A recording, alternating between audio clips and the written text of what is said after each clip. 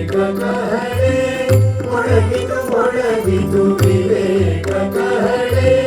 ಮೈಸೂರು ರಾಜ್ಯದ ಭೂಮಿಯಲ್ಲಿ ಶೇಷಾದ್ರಿ ಅಯ್ಯರ್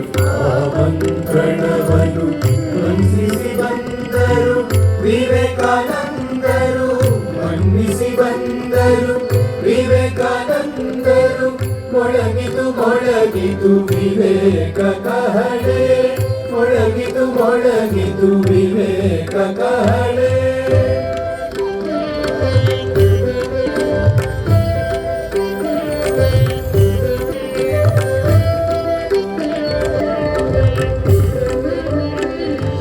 ಬಂದು ನಿಂದರು ನಿರಂಜನ ಮಠದಲ್ಲಿ ಅನಾಥ